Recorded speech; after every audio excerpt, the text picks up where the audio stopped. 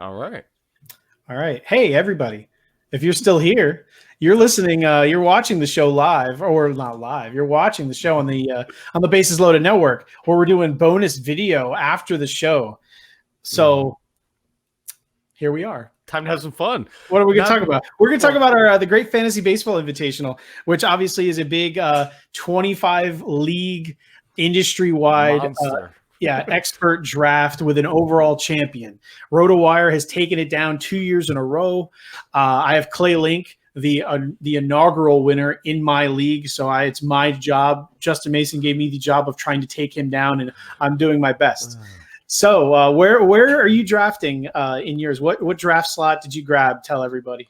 I had the 14 spot, so I was bittersweet. I like picking close to a turn or on a turn, so I was okay with it, but then my draft didn't fall the way I expected, so it was okay, though. I liked it. Yeah, I drew the 15, which we were both happy we didn't draw the same league because we tend to draw from the same player pool, and we would have been sniping each other left and right. It kind of showed right away, didn't it? Yeah, so first two, where did you go? I mean, I started with Walker Buehler and Jose Ramirez. Sorry, go ahead. No, I wanted to get an ace on the squad so I wouldn't be pressured to taking pitchers later, which you will see I have gone that route because I am definitely banking on late starting pitching at this point. And then Jose Ramirez, obviously batting average, safe batting average, but with some power and speed. It's funny because great minds think alike. We work together. Maybe this is just osmosis through the computer. But I started off pick 14. I took him in the first round was Jose Ramirez because at this point, every other speed option, as far as like potential elite speed option, with other 5 category potential, like you mentioned, I found him to be the most valuable player available. So I took him in 14 at pick 14. Then on the wraparound, I got Walker Buehler. So we obviously had the same idea. Scherzer was already gone. I'm a Scherzer over Buehler guy still. I know it's not everybody, but for me, that's still the case. He was taken 1 pick before me by Ariel Cohen, who was picking right after me. So it's weird. I'm scared because he's a smart guy, really good player, yet he's taking guys that really aren't on my list this year. So either I'm going to be really wrong or he is. Like I don't know if there's, I would like to think we could both be right, but there's only one winner, right? I almost went a weird route. I did things in this draft I never do. Because again, folks, there's an overall winner. You have, and it's Roto. So you have to hit everywhere. So I'm trying to take every advantage I can get. I almost went pocket aces. Shout out to Batflip because Justin Verlander went the spot before me. If they made it to me at the turn, I consider going Buehler and Verlander. I did not want to go Buehler and Scherzer. I would have been fine there, but I have Verlander as a tier above Scherzer, so I would have considered Buehler and Verlander. I did not go that direction. Wrapping around to this is great because we get to pick pretty much back to back. I wanted one of the second basemen to make it to me, either Albies Hira or Ketel Marte. I was hoping to take Hira, which he actually ended up going at the end of the second. So someone really jumped up to grab him. You gotta get your guy in these leagues, man. Ozzy Albies went right before me. Totally sniped. Devastating. But Ketel Marte did make it to me, who I absolutely love. So I added Ketel Marte and his Triple Crown stats, and then took Mike Clevenger because at that point he was about the I think 14th starting pitcher off the board. And again, in an overall, he's going to miss a few weeks, but if he comes back healthy and everything's fine, I just grab myself someone who usually goes in the second round and the fourth round. So, and then this afforded me an opportunity to wait on starting pitcher a little while longer because for me, I got 2 aces in the hole. Yeah, I kind of took a similar approach, actually, of course, because, again, great minds, man. Where's my team at? There's our draft board. So I was looking forward. I was hoping for Albies was my guy. Albies, if I was drafting at team anywhere between picks 1 through 3, I actually wouldn't have got him. Somebody took him in our league in the second round, towards the back end. Pick, I can't even do the math right now. Roughly pick 28, it looks like. And I'm okay with that actually because I would have taken him in the third, right, or the second or the third right there anyway. So I like that move, but that cost him one of the. You saw there was a big run of pitchers there in our league. But anyway, I wanted either him or as well. I liked Marte as well. I was hoping Marte would fall to me, but then Xander Bogaerts for some reason fell all the way back to the end of the third round. And I don't know about you, but Bogaerts for me is very underrated. You're talking about a guy he's basically Anthony Rendon without the price tag. He's boring safe. Like you can mark down his stat line from last year and just mark it in pen. Maybe there's not anything beyond that, but for his price tag, it's a value for sure. That's what I'm saying. Like I don't get it. And I know my buddy Zach over at the Draft Champions podcast is a huge Bogarts guy this year, rightfully so, because I never get him because usually where he's going is right in that Albies range, right? So I go for Albies, or I'll take a Marte usually, or maybe I'll grab a pitcher that round. So I haven't gotten a lot of Bogarts, but because this is the first time I've taken a pitcher in the second round and had Jose Ramirez, I'm like, in case Jose Ramirez doesn't bounce back, let me get this high floor 4 categories. Bogarts followed me. I was like, yes, please. May I have another? And kind of moved on from there. And then on the wraparound as well, I was like, you know what? One of my biggest strategies in these deeper leagues is getting 2 of my top 15 guys at pitcher. So you can call it pocket aces if you want. I know pocket aces is more of a reference to like taking guys in the first 2 rounds, essentially. But for me, Lucas Giolito is that guy this year that's going to take that next step and be in the top 10 next year. So I made sure to target him. I have a lot of early shares. I took him here in the 4th round as my SP2. I love Giolito. He's a top 12 guy for me, I think, right now. So I'm buying in. I'm all in, and I can't get enough of Lucas Giolito. Hero actually fell though in my league. I skipped on Hero. That's because he was a top consideration. Hero I'm obsessed with. I mean, I'm overlooking the strikeouts a little bit because I think he finishes as the SB1. I think I like him over Albies if I'm making one. I mean, semi-bold prediction. I would have taken Albies over Hero. But I really like Hero. In Dynasty, I like Hero more. I can understand it. I think it depends. I think it's format dependent because I think Albies offers the higher steals floor, and I think that carries a lot of value. Yes. But anyway, regardless, Hero was, like I said, he would have been a top consideration in the 3rd round, but having Bogarts fall was just too good to pass up. So. Yes. I actually considered Bogarts as well, but I ended up taking Clevenger just because I don't know what I love Clevenger. Again, in a regular, if this was a regular league, I wouldn't have done it because of the overall aspect. I took a shot. Wrapping back around, no one had taken a catcher yet. With JT Realmuto usually goes in the 4th. Getting to the 5th, nobody had gone that route, and I hate taking catchers early. 12 team, I never, ever consider it. 15 team, I never, ever consider taking one. But this is a 2 catcher format where I always like to bank on at least one good catcher and then another one kind of like towards the mid tier. But no one took JT Realmuto, and a couple picks before me, I'm like, if they give it to me, I'm going to take both him and Gary Sanchez, and I'm going to just cripple the rest of my league by having such a gigantic advantage. JT Realmuto went 2 picks before me, took Gary Sanchez anyway, because I was kind of sold on the fact that they already slipped well beyond where they typically do for 2 catcher formats. And again, I normally wouldn't do this because of an overall. I'll take a shot on the 40 home run upside of Sanchez. So, I took a shot there, and then I added Tommy Pham with my other pick on the turn because, again, you're really running out of speed options at that point. So to pair him with Jose Ramirez, so I'm not chasing Jared Dyson later. So I put Tommy Pham on the board. Again, this is where I get frustrated because it kind of shows that 80 drafting. That's why I prefer auctions, because you could kind of almost bank some of these picks by ADP. And I took Pham in the 5th round, but same idea, same pick range as you to take him in the 6th. I took Tommy Pham. I was like, 5 category potential, should be hitting top of lineup. Got a great guy to pair with Jose Ramirez for the steals. Same mindset, same reasoning, and same results. So we both have Tommy Pham, we both have Bueller, we both have Ramirez. We're gonna sink or swim together, my friend. And but instead of going catcher early, because I'm like you said, I'm not big on catcher. Sanchez, I would have considered. I think he fell. Did he fall here? Yeah, Sanchez. For two catcher, he fell. Yeah, he fell to me. He was available to me, but I am a big Max Muncy guy this year. That multi-positional eligibility is very underrated in a deeper league. 15-teamers specifically, this is being one.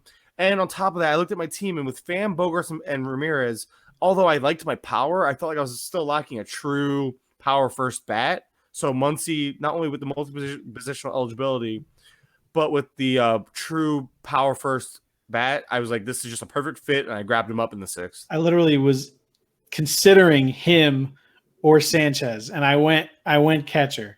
That was the other guy I was considering. I was hoping to make it back to me. He obviously didn't, because at that point I haven't drafted a first baseman yet, which is a shallow position, and I hadn't locked anyone up yet. And they started to fly off the board, and I didn't go that direction. It comes back to me, and no one's taken another catcher yet. And I'm like a little bit pissed because I took Sanchez already. I'm like, all right, and no run was started of any kind. Yasmani Grandal is sitting there, who I like maybe more than Sanchez or Real Muto, to be honest, in an overall aspect. Real Muto gives you a floor. If we're talking ceiling, I love Grandal, who also happens to be first base eligible, and his numbers will play at first base. It's not one of those things where his value is jacked up because he's a catcher and first baseman. He obviously is. So I didn't have a first baseman yet, so I was thinking about how much I was thinking about doing the two catchers. So I totally went that way. I would not do this in any other situation. This is unique to Great Fantasy Baseball Invitational. I pair Gary Sanchez with Yasmani Grandal, give the big FU to the rest of the league. Here, there's 30 catchers that need to be started, and I have two of the very best. Good luck. And I'm like thinking to myself, you know what? If they're going to continue to disrespect this on the way back, I'll take another one. I'll put Grandal first off 3 catchers. I did not do that, by the way. I'm not insane. But again, this is just a gamesmanship thing. I want to try to get a huge advantage in an overall type situation in a 15-team league. So this is something different I'm trying. Pair him with Ahmed Rosario at shortstop, who I obviously love. There was only a handful of very elite players who had a 290 or above expected batting average, over 15 home runs, over 15 stolen bases. So across the board, I just added just good value, and again, added to my stolen base total while not taking away from anywhere else. I'm okay with getting two catchers early. I understand it. I personally did not do that. Obviously, I don't recommend doing this in any normal league, folks. This is unique to me trying to do something because you must do something different, or you will just. If you're just trying to win your league, that's fine. I'm trying to win this entire thing. So yes, exactly. No, and I get it because now you have, and Toby would love this because Toby's very big on getting two catchers that Toby bat flip crazy everybody. He took Real Muto and Sanchez. And he's big on this, and I'm not necessarily against it. It's just not for me. So what did I do? I grabbed a closer early because So on my turn, in my seventh round. There was not necessarily a closer run, but at this point, Chapman went off the board a few picks before me, and then Hendricks right before me. So I'm like, okay, here it comes. Let me get ahead of this run. Which, by the way, I try to always get ahead instead of because if a run happens, I don't reach. I'm not a guy who adapts to the run. I'm gonna say, oh well, I'll figure it out later. I'm stubborn when it comes to that. You'll see where my holes are on my team, but 15 team, you're gonna have holes. You gotta know that going in. You're gonna have holes, but I refuse to give into runs to my own detriment. Me too. So again, we are stubborn together. But this is where you actually didn't know my picks because I think I shared those first few picks with you on the side, how we have 3 of the top same 6. So who'd you grab? So I took Osuna for my closer in the 7th. Turned around and grabbed Grandal in the 8th. There you go. Nice. So I for the same reasons, I'm like, again, this goes back to me wanting somebody. I want power because again, I feel like that's kind of where I'm lacking. I hated the batting average, another hit at batting average because between him and Muncy, that could be kind of a hurtful batting average. But like you said, I think Grandal could hit 30. I know that's maybe not likely, maybe more like 25, but the 30 home run upside is there. And again, at the catcher position, that gives me an advantage. But catchers haven't really come off the board all that much. We're talking. We're in the 10th round, and I think Garver's still available. So if Garver makes it back to me in the 11th, which I'm getting ahead of myself, that's a guy I might be targeting. But Grandal, getting back to where we're at in this, Grandal was my 8th round pick or 8th round pick, and for the same exact reasons why that you mentioned, pretty much. So I made a few more picks than you. I guess my league's just a little bit faster. I've made 4 more picks already. I got 2 more. So. Oh, you do have 2 more. Yeah. Oh, okay. We're not in the 11th yet. That's why I said Garver hasn't gone yet, which I'm surprised because. Well, who'd you pair with Grandal on the because? Oh no, you took Grandal and Osuna. So coming back around to me, I still haven't drafted a first baseman. I have only drafted 1 outfielder, and I have not taken a closer yet. And a closer run has started. So I don't know. And again, I only have Walker Buehler and Mike Clevenger at starting pitching. So I have a few problems. One, first base is shallow. I could go there. I only have 1 outfielder, which gets shallow really fast. The starting pitcher thing's an issue for me only because Mike Clevenger's not going to start early. I need to put in some week 1 starts on the board. Yeah. So anyway, I was hoping to add some power to my lineup with Kyle Schwarber. He goes right before me. I take Max Kepler, who I love that pick. Yeah, I love that he fell to me. I love him batting towards the top of the Minnesota lineup. I think his breakout was legit. I did a whole player thread on him. So I add him and his, home runs, art runs, and RBIs into my lineup. And I take Kyle Hendricks. I skip closer, skip first baseman again because I decided I want to throw innings on the board. I know this doesn't seem like an overall move, but you need to throw in some safety. He's going to lower my whip across the board. He's going to give me a respectable ERA on a decent team. So I throw Kyle Hendricks in there as my completely boring pick to pair with Buehler and Clevenger. This way, I do not have to panic pick any pitchers because he was a good value at this point, in my opinion. So I could just kind of like put him on the board. I get it. I'm not a Hendricks guy. I like the floor. He is what he is. Exactly. There's value in the innings. There's value in this. What I call a lineups a rotation stabilizer. Well, I plan on taking. I mean, I put this out in a tweet the other day. I said, give me an ace and then give me all of these guys. And I put everyone with innings limit potential, like, all the, everyone on the A's and Urias and Heaney. And, there was a ton of them. And I said, give me an ace and an inning stabilizer and then all of them, which ironically I go with Buehler, Clevenger thrown in as a wild card. I take Hendricks, and I'm like going down that exact route here. So awesome. Yeah, I took Hendricks because I plan on waiting and going kind of crazy with the rest of my starting pitching. Oh, I don't blame you. And I consider where I took Asuna is where I actually consider my third SP, but then I realized, let me get ahead of this. I find closers are falling more than ever, it feels like, especially, and I'm okay with taking one of the good ones because now I feel like I have bankable saves, and now I can get more of a questionable second and third closer if possible. And by the way, I was very sad after I took Hendricks. I was like, I wish I didn't do this. Nick Anderson was still on the board, which he was the last of the top tier closers, in my opinion. I know there's risk with his saves because of what Tampa Bay can do, but I mean, everyone was gone. I mean, the last Craig Kimbrell was off the board. Like where your Hector Neris was off the board. You're kind of like in that like really second to the Hansel Robles tier. Nick Anderson was still there, so I kind of regretted not going Anderson there. He's still available for me. Again, 11th. We're getting close to finish up the 10th round, and I'm gonna have a lot of hard decisions to make because I plan on starting. Again, I'm getting ahead of myself as far as what. I'll wait. I'll save it because I know I wanted to talk a little bit about my strategy going forward. So I'll wait. So who did you have after? So wait, where did you leave off? The Hendricks and who else? I took Kepler and Hendricks together. Kepler, Hendricks, okay. And then in my 9th and 10th round, we're finally really far off. Like I didn't have Kepler available to me, so that's why. But because at this point I had 2 starters, a closer, and because a lot of the guys I would have thought to be third starters were kind of like gone. I'm like, I'm playing the same game as you. I have Buehler, Giolito. I'm gonna bank on those with a solid closer and hope to get some good, just a bunch of SP. I'm gonna SP run it sooner or later. But offense was just flying off the board. I had to adapt. I'm like, oh my God. This is when I was like, I got to take advantage of the offense on the board. 9th round, Puig is there at pick 134, I think it was, or something like that. It's such a ridiculous discount for a guy who doesn't have a job, who obviously will have a job.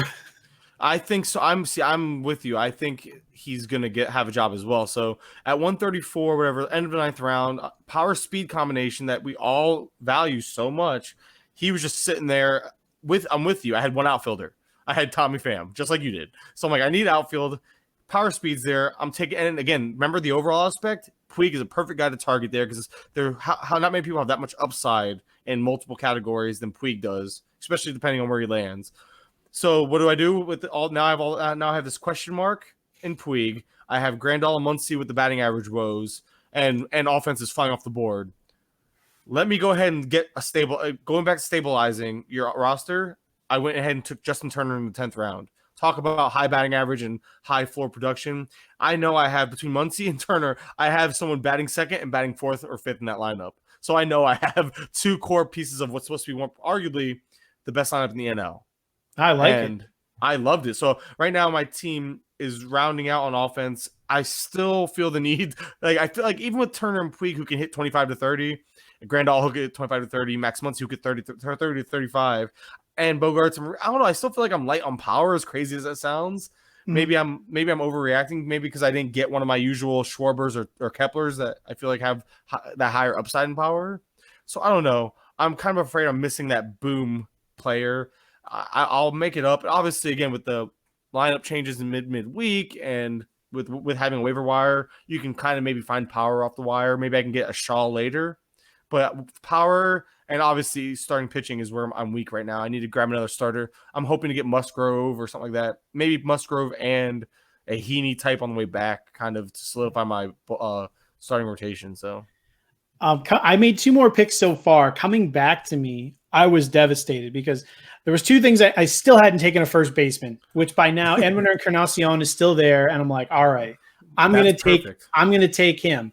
I still don't have a closer, and I only have Max Kepler and Tommy Pham in my outfield. I'm taking an outfielder, and I'm taking Edwin. That's what I'm doing.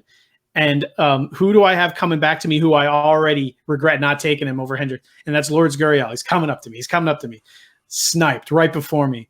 Oh. Clay Link takes Lorenzo Cain, another guy I was really hoping to get as just a big bounce back guy for an overall. Willie Calhoun goes. I'm like, what? It lands to me. And I'm like, all right, do I do Edwin here? No, because Nick Anderson's still sitting there for some freaking reason. I take Nick Anderson to be my closer. And I'm looking over all my personal projections, and I'm about to take Edwin Encarnacion.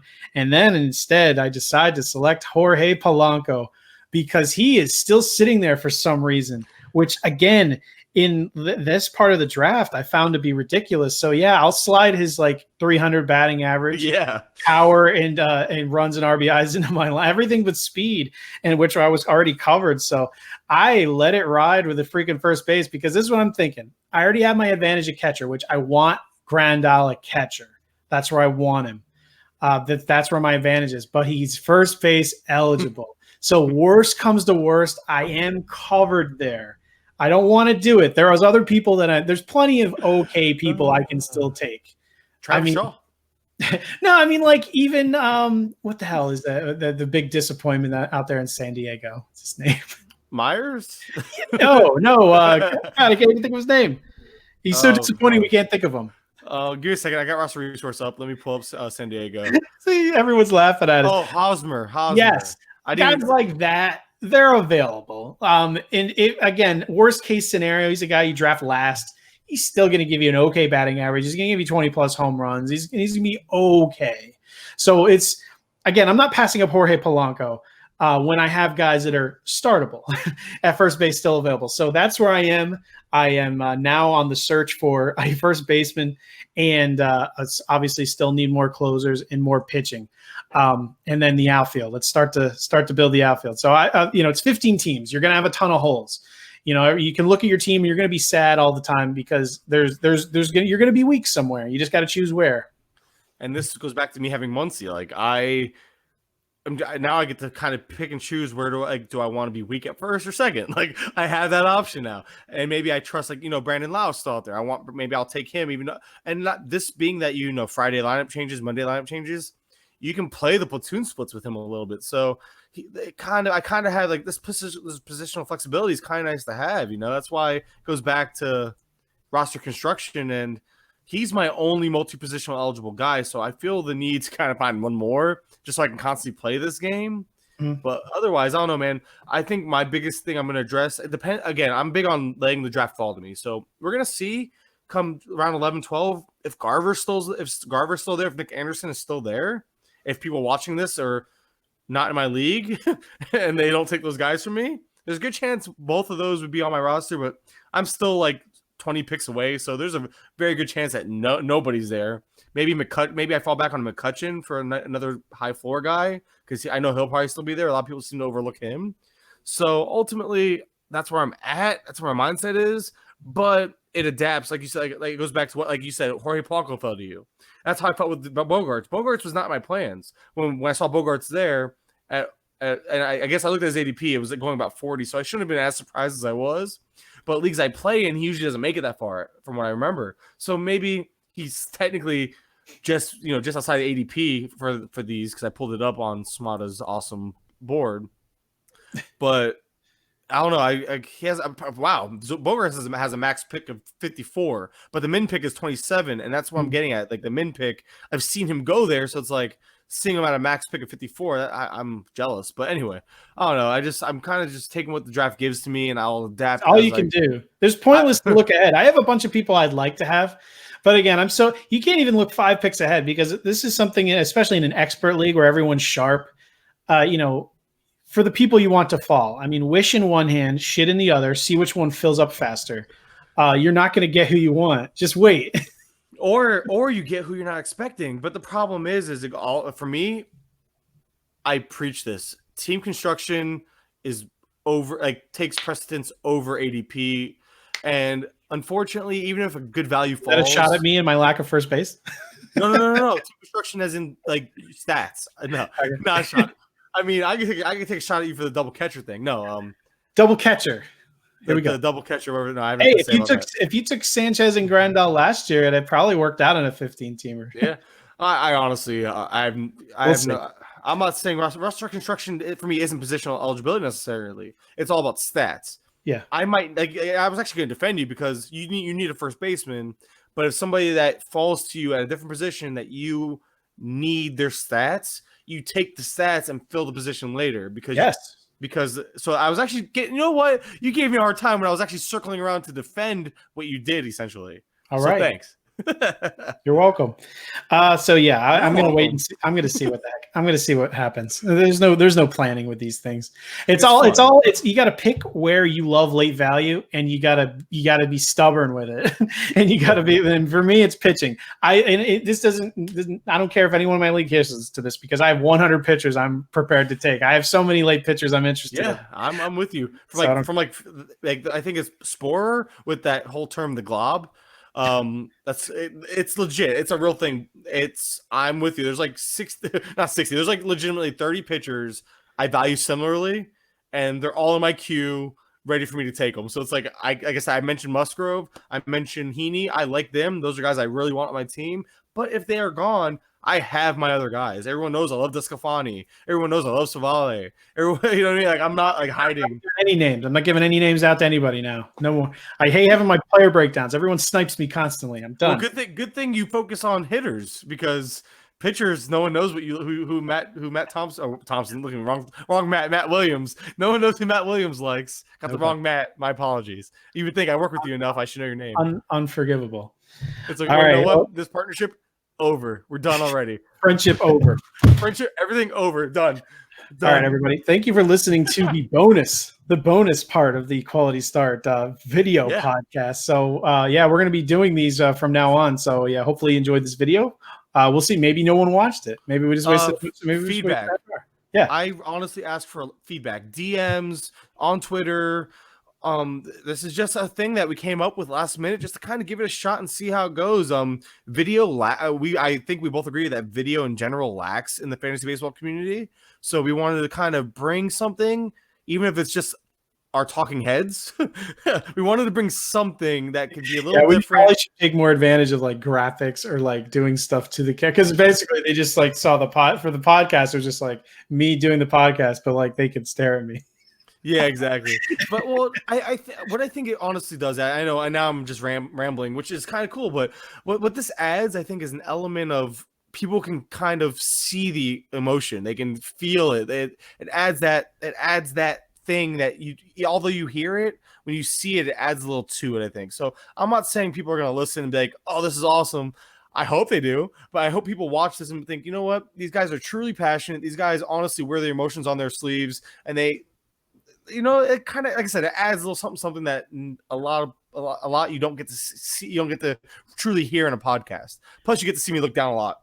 Like I do a lot of this. You can see the top of my head, which I don't think I'm balding, so I'm good. If you want to see emotion, to the person who took Lord's Guriel right before me in the Great Fantasy Baseball Invitational, I'll kill you. This is where we needed that music drop, to where it's like almost like, you know, like when Jimmy Fallon pens a letter. Like in his bit, and it's like, dear so and so. Or like, you know, piano music. Music. Oh, fantastic! So you know what? We gotta start coming up with bits, man. We gotta make this corny. We got to. I'm all about it. All right. All right, everybody. Thank you for listening. Thank you for watching the Quality Start video cast. So we will be back sometime soon. We don't have a set schedule for spring training as of yet. So, you will get the next video when we decide to make one, which will hopefully be soon. See you, everybody. Probably when I get back from First Pitch Florida, to be honest. Oh, yeah. Big guy here going to First Pitch Florida. He's in Florida. I'm in New Jersey. I live in Florida. So that's just having that opportunity. Maybe next year. All right. See you, everybody. Take it easy, man. Or everybody. Yeah.